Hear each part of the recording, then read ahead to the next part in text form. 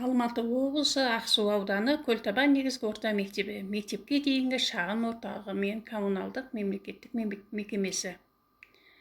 Әдебиеттік оқу 3-ші сынып, Мұқағали Мақатаев 3 бақытым. Бастауыш сынып мұғалімі Сарқұлова Алмагүл Тайыровна. Оқу мақсаттары: шығарманың тақырыбын анықтау және негізгі ойды білдіріп тұрған мәтін бөлігін сөйлемді анықта. Бағалау критерийі: шығарманың тақырыбы мен негізгі ойын ажыратады. Шығармадағы негізгі ойды білдіретін сөздерді табады. Балалар, сабақты галереяны шарлау әдісімен бастаймыз. Сендерге мына жерде суреттер берілген, номерленген. Осы сурет бойынша сәйкес келетін мақалдарды көрсетесіңдер. Отан отбасынан басталады. Туған жерге туыңды тік. Отан үшін күрес, ерге тиген үлес. Отансыз адам, ормансыз бұлбұл. Бәрекелді. Жақсы көрсетіп жатсыңдар. Енді балалар, қазір видеоны мұқият тыңдаймыз. Не туралы айтылған анықтаймыз. Авторын анықтаймыз. Ең бірінші бақытым халқым менің. Соған берем ойымның алтын кенін. Ол бар болса мен бармын, қор болмаймын. Қымбатырақ алтыннан нарқым менің. Ал екінші бақытым тілім менің. Таш жүректі тілім мен тілім дедім.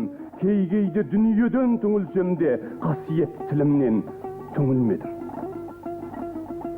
Бақытым бар үшінші отан деген.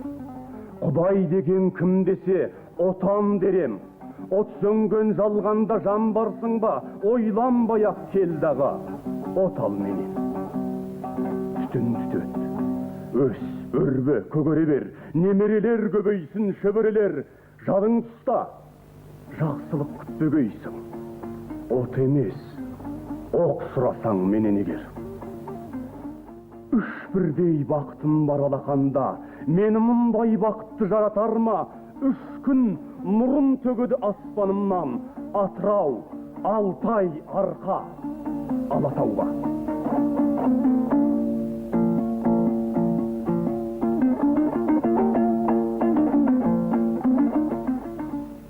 Видеода балалар, өлеңде не туралы айтылған? Бақыт дегеніміз не? Автор 3 бақытқа нені теңеген? Бақытқа қалай қол жеткізуге болады? Автордың айтқан 3 бақытынан басқа тағы да қандай бақытты қосар едің? Өз ойларыңды айта қойыңдар.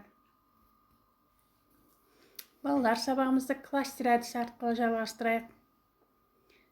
Өлеңнің мазмұны бойынша тақырыбын жазасыңдар. Мәтін тақырыбына қатысты негізгі ойды білдіретін сөздерді тауып жазамыз. Балалар, сабақтың соңында кері байланыс береміз. Жетістік баспалдақ арқылы. Тапсырманы орындай алмадым. Аздап қиналдым. Тапсырманы орындай алдым. Балалар, сабақ аяқталды.